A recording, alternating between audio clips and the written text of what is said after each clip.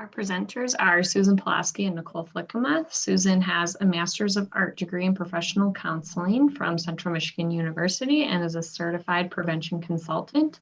She has 30 years of prevention experience. Her job title at the Health Department of Northwest Michigan is the Community Health Co-Director and Substance Use Prevention Supervisor. Susan also serves as the Project Director for SAFE in Northern Michigan. Nicole Flickema is a Community Health Coordinator with the Health Department of Northwest Michigan. She has a Bachelor of Science in Community Health Education from Northern Michigan University. She's a Certified Health Education Specialist and has 10 years of prevention experience. Nicole serves as the Project Coordinator for SAFE in Northern Michigan. So I will turn it over to Susan and Nicole. Thank you. I'm actually going to get us started here. So Nicole, I think, is going to bring up the PowerPoint. Can you see it, Susan? No. Okay. Now. We had it up. We did have it up. When he let everybody back in, it went off. Yeah, I thought it was up. I apologize.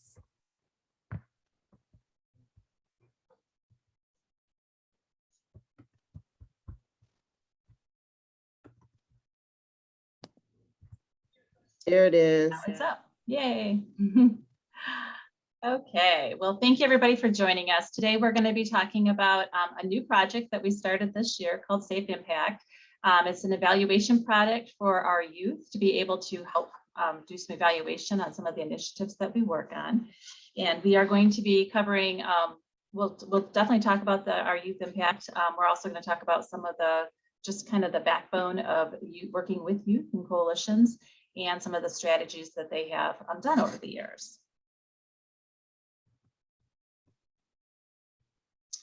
So SAFE in Northern Michigan, I'm going to give you a little bit of history about SAFE. We have this vision that we are working to create environments free of substance use. When we first started back in 2007, we actually were called SAFE, still SAFE in Northern Michigan, but we went by Substance Abuse Free Environment. And then at some point, terminology changed and they wanted us to quit using the word abuse, and we couldn't find an acronym that fit abuse. So we went with creating environments free of substance use. And so that's kind of been our vision and what we've been focusing on for the last, I don't know, probably 10 years or so. Nicole, you can advance. So as I said, it started in 2007 with the Petoskey Harbor Springs Area Community Foundation. Their YAC committee did a survey every year, and what kept rising to the top of that survey was that substance use was a problem for our young people, was always the top thing on their list, and they wanted to do something about it. So they held these community convenings where they brought all these stakeholders together, including youth, and had some really good conversations about what needed to change in our county. And so SAFE developed out of that. Within just a couple months of it being up and running, our Charlevoix Community Foundation wanted to get on board. And so they joined us on the coalition, and that's when SAFE was created. And about 2015, we wrote for the DFC grant. And at that time, we added Antrim County. So now we are a 3-county coalition, Antrim, Charlevoix, and Emmett counties. And we have 11 different schools that participate with our coalition. And we have about 80 youth currently that are participating. We've had as many as 120. However, we have had our challenges with COVID and being able to recruit when our seniors graduated last year and in 2020. Being able to recruit new youth this last year was a challenge when we were doing all Zoom meetings and stuff. So we're still have about 80 youth, but we will be working to recruit more youth this upcoming year. We consider ourselves youth-led and adult-guided. That is actually the CADCA motto, and we have stuck with it for years now because we really think that it is a very valuable model, and it's what motto that we want to, instill in our communities. So what we're going to do here is do a little poll to, oops, no, you can go back for a minute, Nicole. We're going to do a little poll and see how many of you have actually youth participating on your coalitions. So I put the poll up. Can everybody see it? I cannot see it, Susan. You do not see it. Well. Oh, I see it now. Yep, it's up. Okay, good. you could just take a quick minute and answer a quick question there.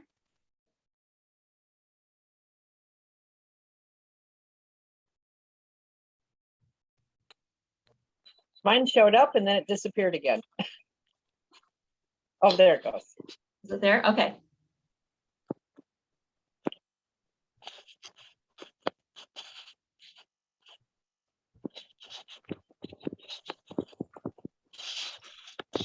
It's not allowing me to answer.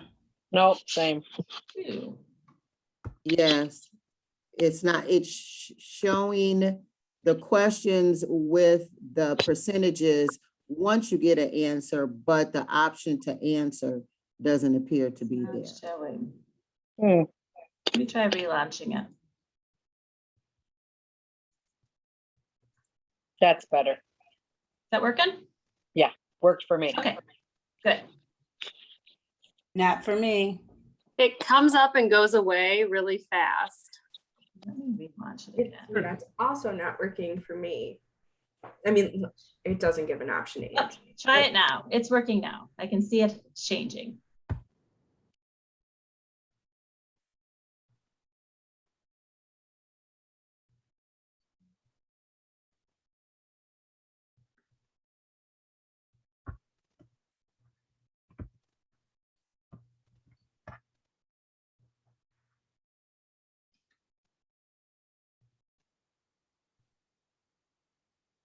Okay, I think we're probably pretty, we're going up a little bit.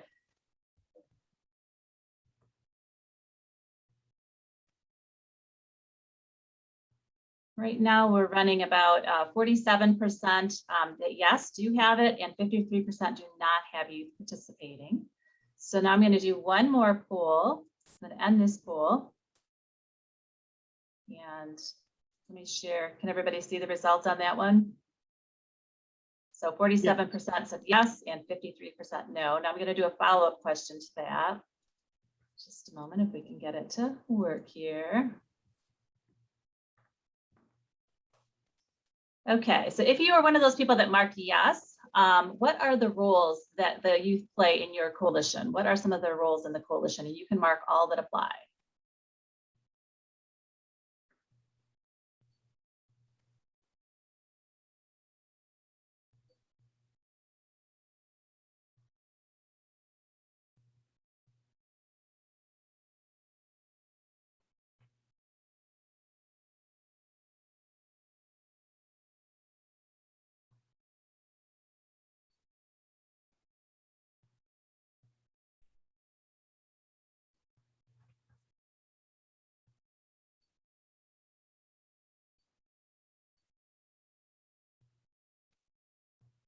Give me another 10 seconds.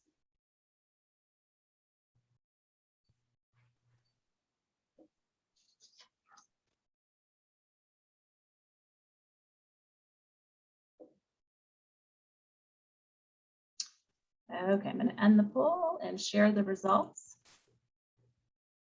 Okay, so we believe as youth-led, adult-guided coalition, we believe that the youth should really be participating in each one of these roles. And there's probably a lot more roles. These are just ones that like popped into my head when I was thinking about it the other day of all the things that our youth do participate in. And we really encourage you to have youth participate in all of these areas. And I'm just going to kind of quickly go through them. We spend a lot of time training our youth. We use the CADCA approach. Nicole and I have gone through many CADCA trainings at this point. When we first received the DFC in 2015, we went through 3 weeks of the graduation academy.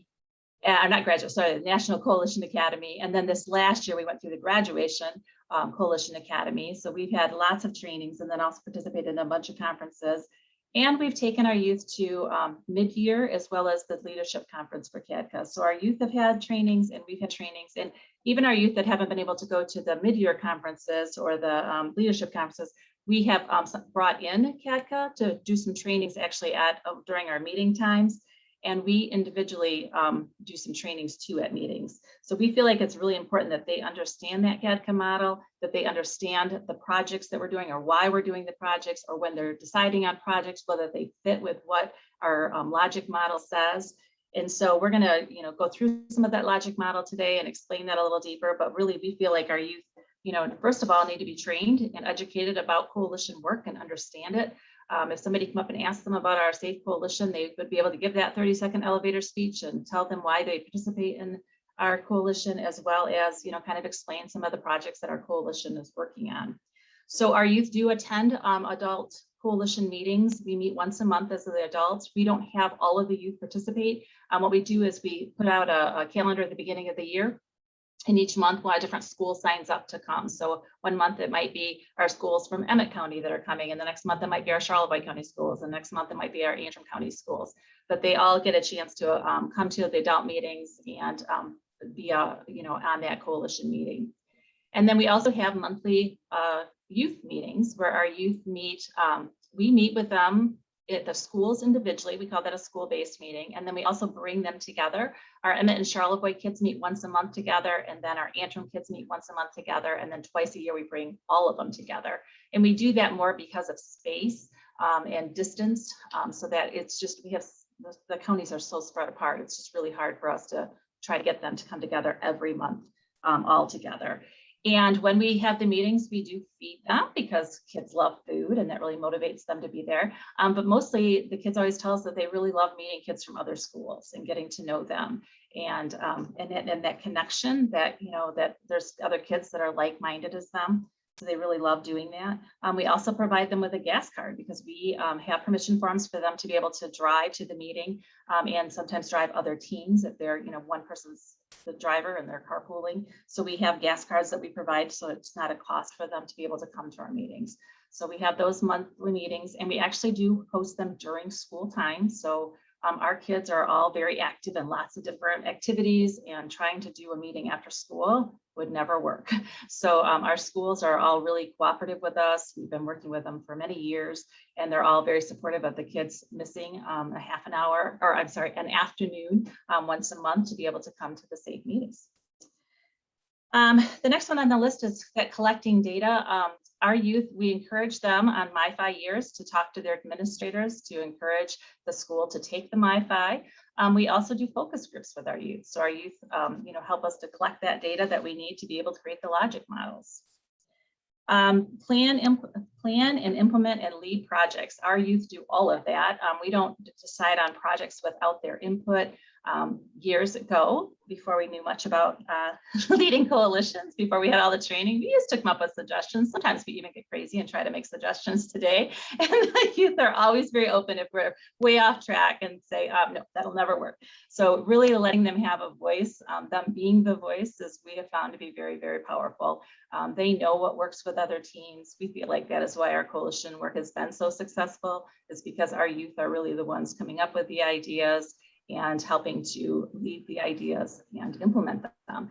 And we've had other coalitions say to us, how do you guys get so much done? You've got so many schools and you're so spread out. And we're like, it's because the youth are the ones actually doing the projects.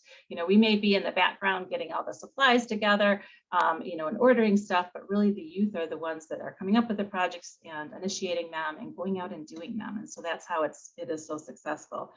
They also help us recruit new members. As I was saying earlier, we had a lot of challenges this last year with COVID and not being able to meet in person as much. And so this next year, the FY22 year, we will be doing a lot of recruiting. The youth will, work to find other youth that are interested in participating. So that will be really important. Our youth also do seek funding. They look for sponsors. Every year we do kind of a sponsorship drive, and they go out and talk to local businesses and ask them to sponsor SAFE. Let me move this down. They do presentations. Sometimes at town hall meetings, we'll have them come in. If we're doing a panel discussion, they'll be one of the panelists, and they'll talk about, what's happening with youth in their schools. So they do a lot of presentations. Sometimes they do classroom presentations for middle school age students, so that they can talk to their peers about peer pressure. Advocacy work is another really important role that they do. We have spent a lot of time doing training. That was one of the trainings that we brought CADCA in for, was to do an advocacy training with our youth, so they understood what advocacy work was, and the difference between advocacy work and lobbying. We have taken our youth, as I said, to CADCA Leadership Conference in Washington, D.C., where they got to participate in Capitol Hill Day. We have also taken them down to Lansing so they could meet with our state representatives. And we also have our state representatives come to our meetings a couple times a year, and our senator, and the kids have a chance to talk to them about what's really happening. And they really enjoy, the kids enjoy it, but so do state representatives and our senator, because they want to hear from youth. They want to hear that youth voice. And so it's worked out really well to have scheduled meetings with them. And let's see, and I think I already covered implementation, that our kids do, implement our projects, which Nicole's going to talk about later and show you how we keep track of that. Okay, I think Nicole, you can move on to let me stop sharing this, and then we can move on. Okay, so as I said, we are, base our model on CADCA, and the logic model and collecting data is the very first thing that is trained to, for a coalition to do. So I'm not going to go through this with all the detail, but just let you know that, we have worked really hard to collect data over the years and update it all the time. And as I was mentioning earlier, Nicole and I were just in the graduation coalition academy, and even though we thought before we started that process this year that, man, we had our logic model down, it was perfect. We made so many changes once we got into the graduation academy. So this is our newly updated one yet again. We have one here for underage drinking and one for youth marijuana use. Those are our two main focuses. And we had, it'll show you the root cause and the local conditions. And then we off to the side have our strategies listed out. We are hoping, if we have time at the end of this, to be able to go in and kind of show you some of those strategies, but it will depend on our timing and how we're doing on time. So again, I'm not going to go through all these. All of our local conditions and root causes and everything do have at least 2 data points, just to let you know that we do a lot of focus groups, key informant interviews, as well as we use the MiFi because it has a great amount of data there. Okay, I think we can move on to the next one. And Nicole is going to take it from here and talk to you more about the evaluation piece. Okay, thanks, Susan. So as you guys can see from our logic model on this logic models in the slides here, we have a lot of different strategies that go back to our local conditions and a lot of different data points. And so these are all things that we track. So the data points we track is outcome evaluation and these strategies that you see on the side. So the lock boxes that we give out, pizza box stickers that we give out, different posters, toolkits, and incentives, all of that is more outcome evaluation. So, process evaluation. So, how many stickers did we hand out? How many posters went up? And then our outcome evaluation really is the MiFi. We use that as well as focus groups and key informant interviews. So we have 16, give or take each year, depending on the year and what's going on, activities that are led by our youth. And they occur throughout the year. So this is just like this doesn't show the fall projects, just like a timeline showing from January to June, the different projects that are going on. And like Susan said, if we have a chance to go over those in detail at the end, then we will. But we really wanted to talk about how we keep track of all this information. So with 11 different schools, 80 different youth, and 16 different activities, we were like, how are we going to keep track of the not only the evaluation of like the MiFi for our entire region and focus groups, but also how are we going to keep track of individual project outcomes? So we actually worked with a company called Organize Together, and they helped us to create a map. So it's a geographic information systems map that allows students from the different schools to put information into a map of how much of something they distributed. So that could be tattoos, it could be stickers, it could be bracelets, it could be holiday pencils. And so they're actually tracking from their school. It allows us to monitor like who is giving out what and when it's happening, how much time it takes, and what project it is.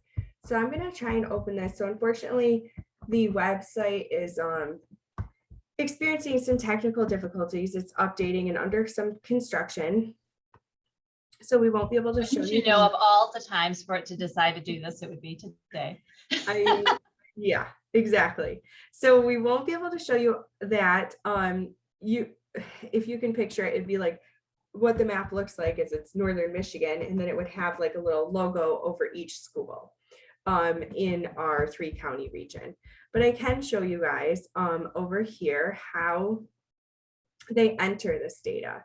So oh, sorry, trying to.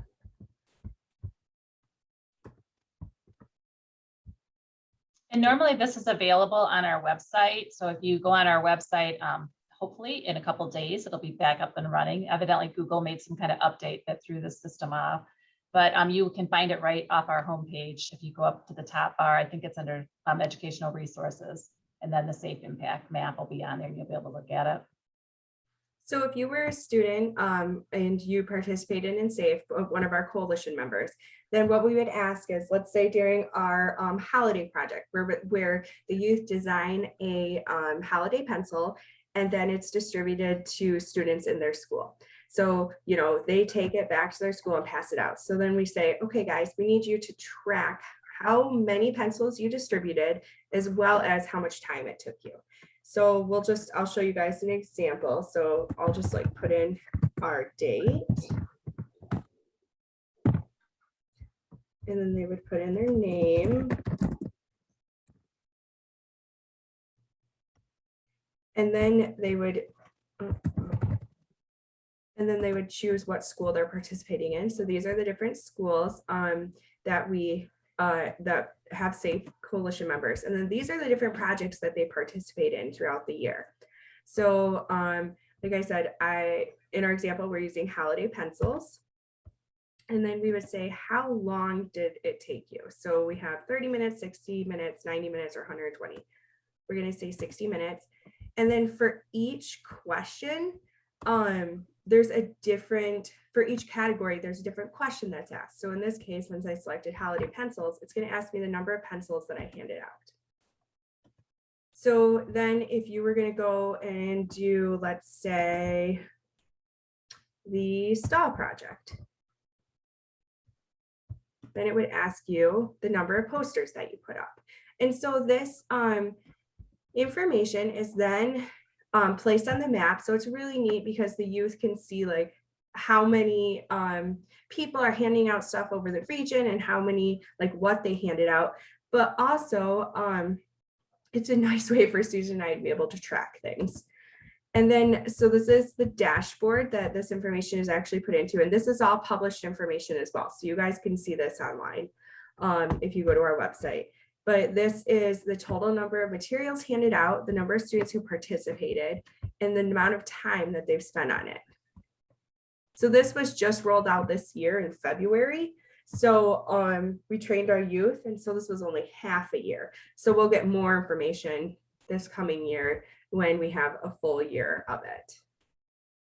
So they The other thing, yeah, I just want to add, the other thing is that it is not exactly real time. Like if our kids were out doing sticker shock at one of our local stores and they put it on there, it would not show up for 24 hours. We don't want anybody to be able to, you know, have their location tracked. So it doesn't show up on the map for 24 hours, but eventually it will show up like, oh, at the corner grocer, this many stickers were, you know, placed on alcohol containers for sticker shock.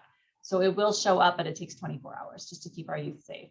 Yes, thank you for adding that, Susan. We did build that in as a safety feature so that it wasn't instantaneous, like, oh, we're sticker shocking at this location right now. And then because this information is published on our website. So it does take 24 hours to upload. Okay, so that's just kind of showing, you know, what our Safe Impact project and how the youth enter that information. We then give students, our plan is for them as an incentive for them to track this information and keep up on it. We are going to give them an incentive. So whoever student spends the most, completes the most tasks and spends the most time will get an incentive prize from SAFE at the end of the year. So also really important is we share these results. And so in our newsletter for the past couple of years, we've had our impact page. So this is not this is not on our outcome impacts, it's more on our process impacts, but on how many drug, alcohol, and nicotine tests we've handed out, how many alcohol locks, how many different adult and youth hours, volunteer hours that we've had in the community. And so we just want to be sure to share those results with our community and make that information available. So our outcome evaluation, we primarily use the MyFi as well as youth focus groups and key informant interviews. So this is the way that we structure our MyFi. Just before we started graphing it, we had a Excel sheet that had our 3 counties and tracked the core measures. So the core measures, as noted by the DFC, are past 30-day use, perception of risk and harm from use, perception of parental disapproval of use, and perception of peer disapproval of use. And we track that across alcohol, tobacco, marijuana, prescription drugs, and then vaping does not have the core measure data on the MyFi, but maybe in the future it will. We've been advocating for that. And so we've been tracking this information since 2014 across our region. And then we also do a weighted average for the SAFE region for those 3 counties combined. This is really important to us that we get all of our schools to participate in the MyFi so that we can then process this information to have our trend data. So this was something that Susan and I did this spring and summer. Is we actually took our core measures and put them on a trend map. So although we have this sheet, sometimes it's hard to see trends because of all the numbers and it can be confusing. And so when we put it on a map, then we could see how past 30-day use, perception of parental disapproval, perception of risk and harm, and perception of peer disapproval either went up or down, or how it's trending from 2014 to 2020. So I'll just show you guys these. We mapped out the tobacco core measures, marijuana core measures, prescription drug core measures for high school and middle school. So one thing that we did discover is in 2020, we did find that some of our our past 30-day uses were slightly increasing for alcohol, marijuana, and prescription drugs for the past 30-day use from 2018, although we did see a decrease from 2014 to 2020 overall. So we were concerned about that increase from 2018 to 2020, but also it was a challenging, 2020 was a challenging year, and the data, I'm sure, as you guys know, isn't quite reflective of all of our schools, as a lot of our schools were planning to take it in the spring and weren't able to because of the COVID shutdowns. And so what we're hoping is that during the 2021-2022 school year, we'll see a decrease on past 30-day use for all of these core, or from all of the core measure drugs, as you know, we get those results and a larger sample size.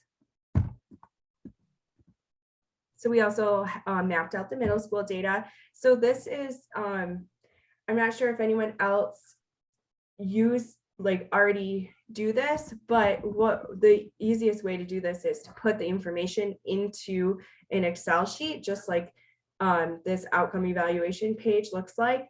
And then you can build, like Microsoft Excel gives you the option to build a trend map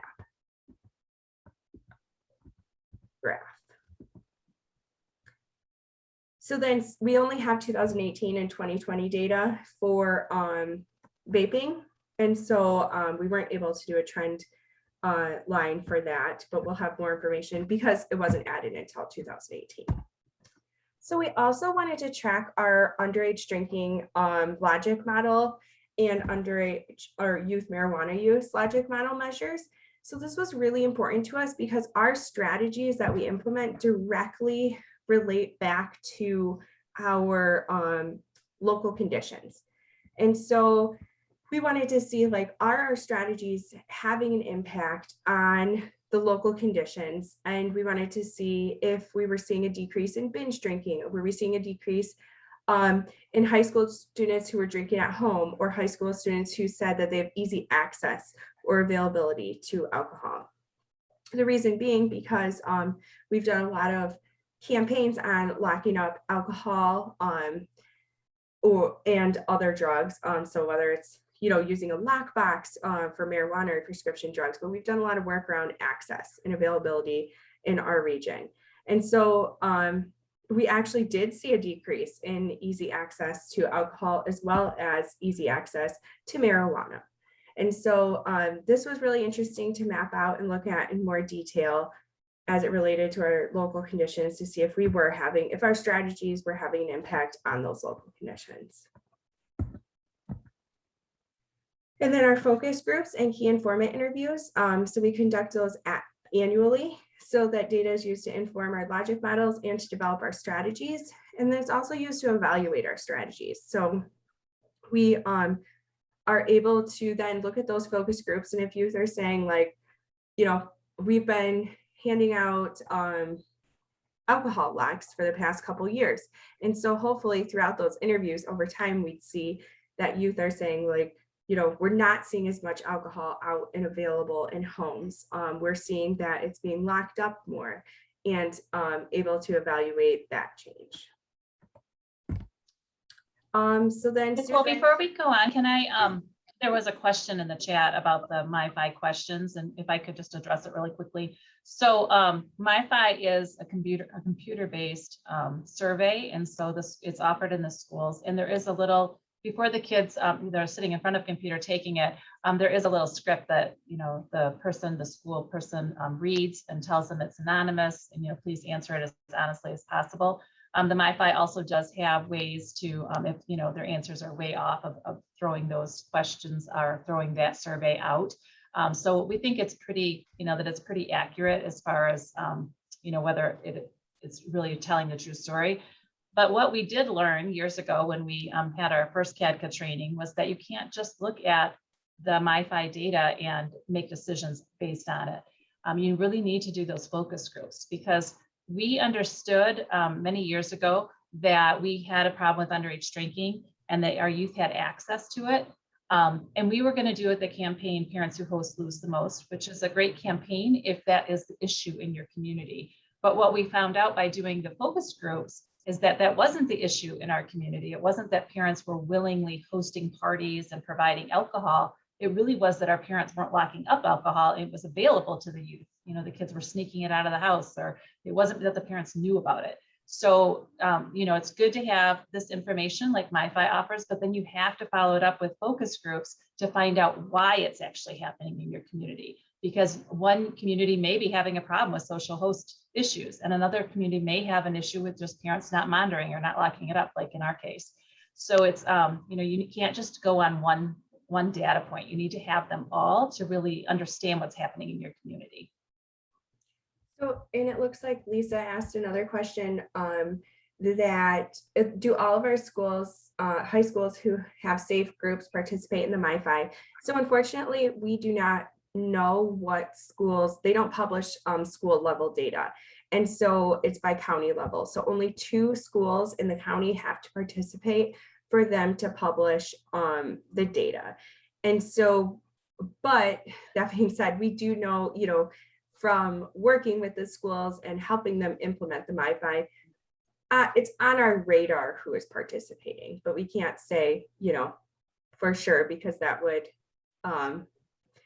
make the schools less anonymous, if that makes sense. Do you want to add to that, Susan?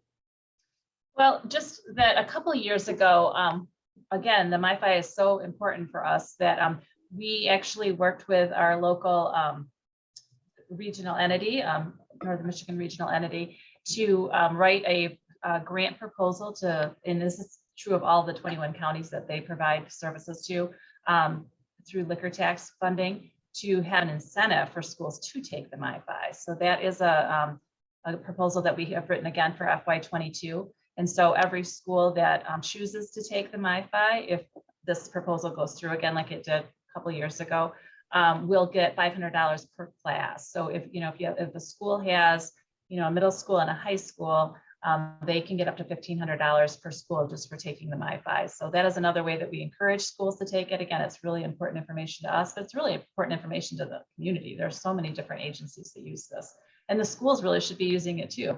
So, we really encourage them to take it, and the incentive hopefully will motivate them some more.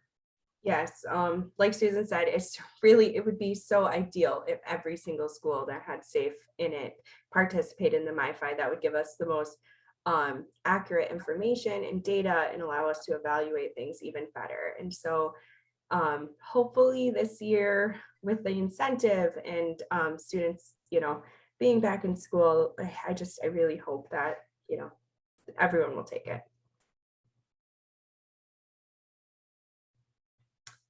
Okay, so we can launch into some of our strategies. It looks like we have a couple, like about 15 minutes left. And so we just wanted to show you guys just some different ideas for different strategies that we use in our communities. We've had to shift gears, I'm sure like all of you guys have, with a lot of more virtual stuff this year. And so we'll talk a little bit about that as well. Do you want me to go on this one, Susan? I can talk about some of these. Okay. So we do have a hidden in plain sight trailer that we were able to use in the fall of 2019. That was the first year that we had it, and we were able to use it that whole fall, and we had all these plans for spring of 2020, and then COVID hit.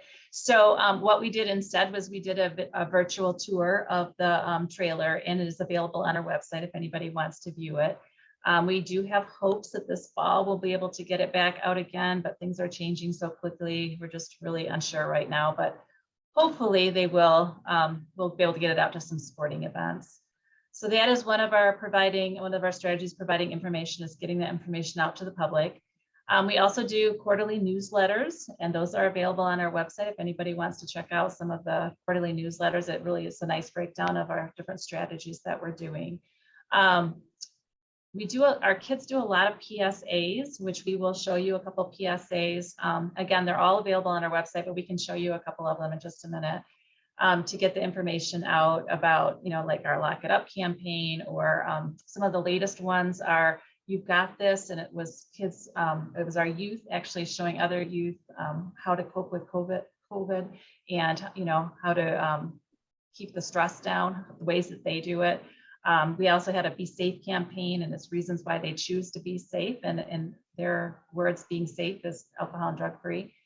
And then we also, have lots of information we get out to parents too, like the Talk Sooner campaign. Nicole, do you want to show a couple of the PSAs now, or do you want to, you want to go into the digital ads first? Okay. So a few years ago, our kids were developing PSAs, and we were showing them on television and radio, and gosh, it's probably been about 5 years ago now. And our youth were like, these PSAs are great. We have them shown in the theaters and whatnot too. But, if you want to reach youth, you need to start doing digital media. And we were like, oh, we don't know anything about digital media. How are we going to do this? And, but we were able to work with McDonald Garber and learn how to do digital media. It's super easy. And it has really been awesome to do, because we can see the analytics of what, like we have a billboard up, but we never really know how many people see our billboard. But with these digital medias, we know exactly how many impressions have been shown.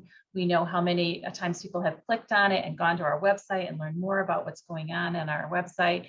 And so digital media has been just huge for us over the last few years. And the examples that Nicole's showing right now are the You've Got This, and it was different ways that our kids were coping with COVID. These are the digital ads. They're called static ads. So they, show up like if you are, playing a game on your phone, for example, it will show up, and if you tap on it, you'll, go to our website and learn more about what's going on. So these are some of our youth and what they're doing to cope with COVID. The other thing about digital ads is you can do geo fencing, which means you can fence around like a school, so that with their, playing games on their phone, it would just be in that area.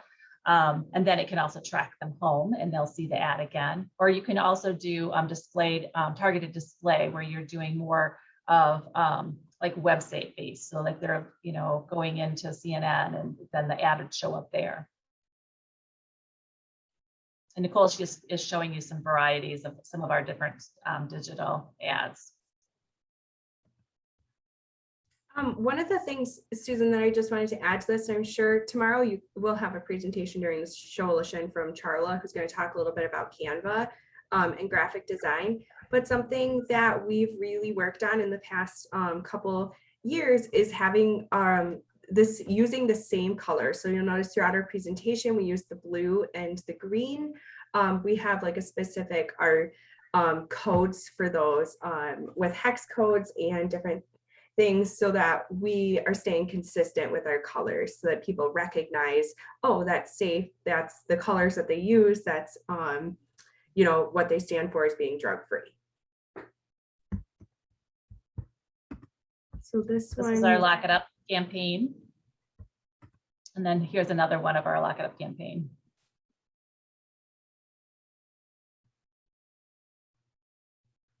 And again, these are all digital ads, but we also have billboards that mirror the same imaging. And we do social media with these ads too. And at the same time, they will be matching whatever PSAs our youth have produced, which we can show you a couple of those too. Should we show those right now, Susan? Yeah, let's show them a couple of them. And these, again, these are available right on our website.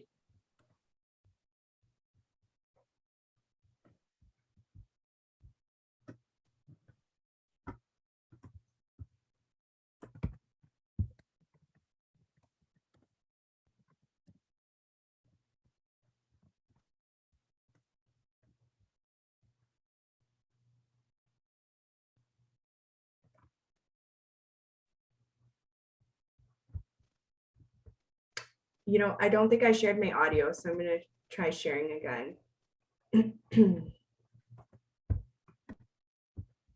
Okay, we'll show the Be Safe ones. So these ones actually got filmed right before, you know, COVID hit and everyone had to shut down. So these were in the very beginning of March of last year. So many reasons we choose to be safe. Role model. Hockey. Reading. Skiing. Snowboarding. Singing. My team. Quiz bowl. Basketball. Family. Neurology. Tennis. Soccer. Cheerleading. For myself. We choose to be safe. Brought to you by Safe in Northern Michigan, creating an environment free of substance abuse. safeinnm.com.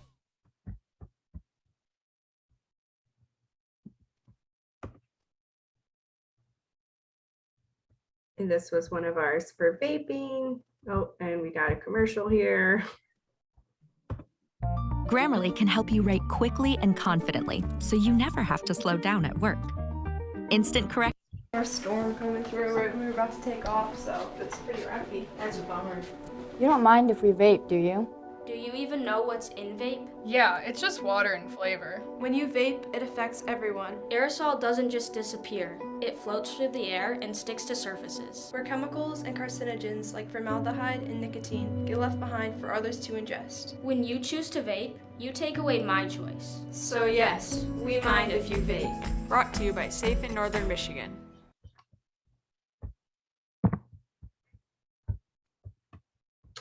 All right. So that's just a couple samples. If you guys wanted to check out more, there's a lot on our website that go throughout the years.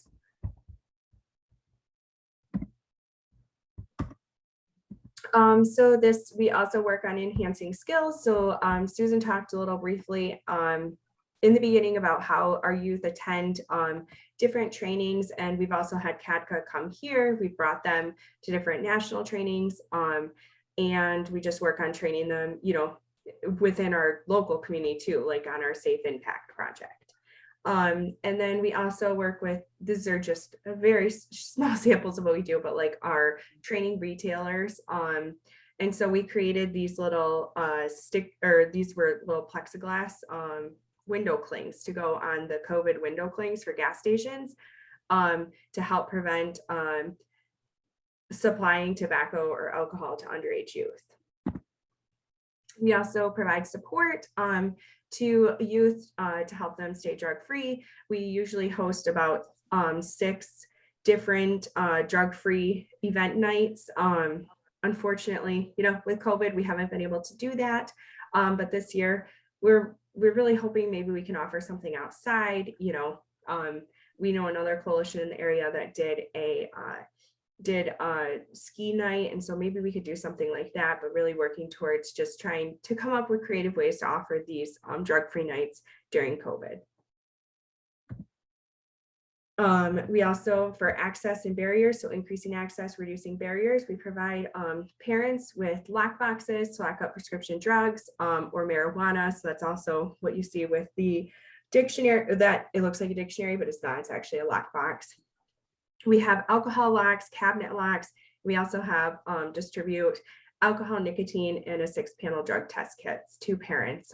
We did this through COVID clinics this year. So since there wasn't parent-teacher conferences or large events like health fairs or anything like that that we could go to, we did attend the health department's COVID clinics where we saw thousands of people. So that worked out really well. And then also, Susan, do you want to highlight on this one? Sure. So incentives and decentives, we really want to recognize our youth that are drug and alcohol free. And we do this in a variety of ways. One of the projects that we've been doing for a number of years now are these Varsity poster projects. And we have permanent frames that have like a door that shuts and everything with a glass on them. They're really beautiful frames that are 24 by 36, and they hang in our middle schools.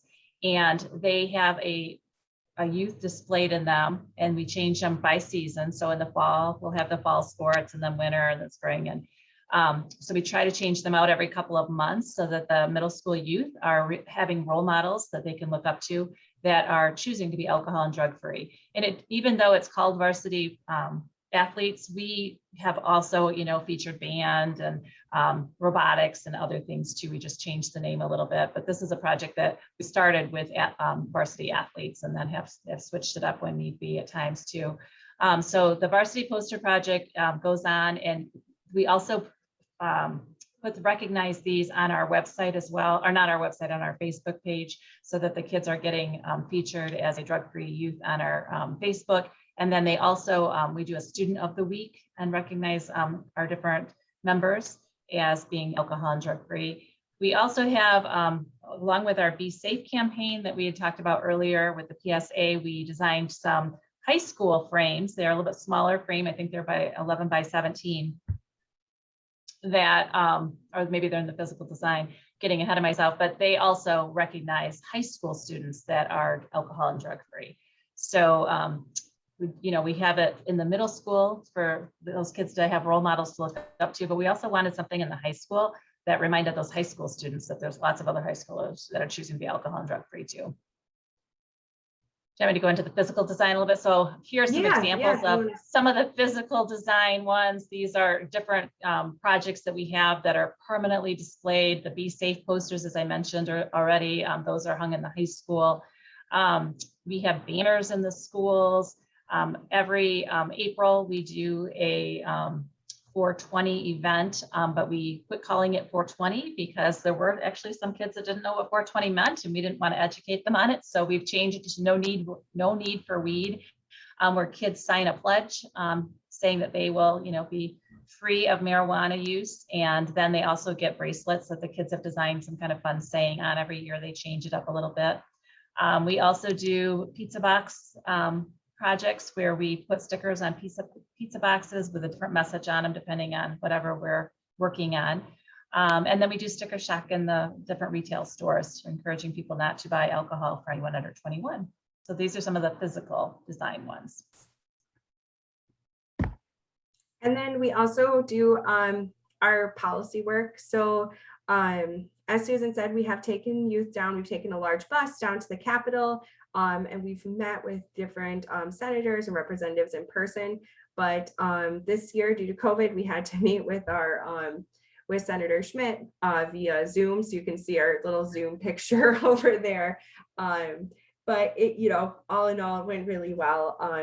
Unfortunately, with everything going on this spring, our representatives for our region they canceled and had to reschedule a couple times. So we're hoping to hit the ground running with them in the fall when our youth are in school. They said to call and reschedule with them, and hopefully we can get that meeting going.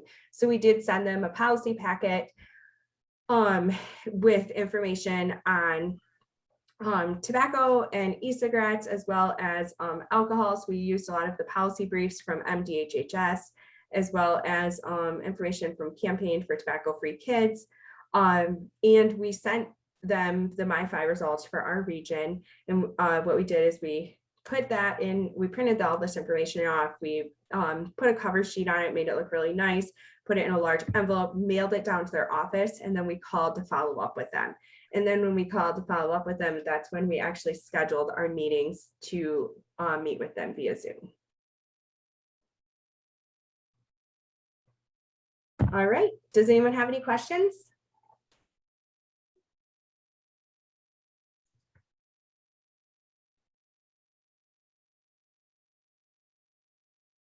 As always, I have several, but I'd like to hear from other folks first. That last slide where you meet with them, you always meet with the youth with the senators? Yes. Yep. And so that, you know, it's hard to, those are really hard to schedule. So we tried probably like 10 different times, literally, because what would happen is the senators, like a session would come up and then they'd have to cancel, or then, you know, they would throw out this date, but the youth weren't available because they had exams, or they had, you know, like AP exams, or they had something going on. And so it takes a lot of work, but we really make it a priority. Stop recording. But any other questions? Yeah.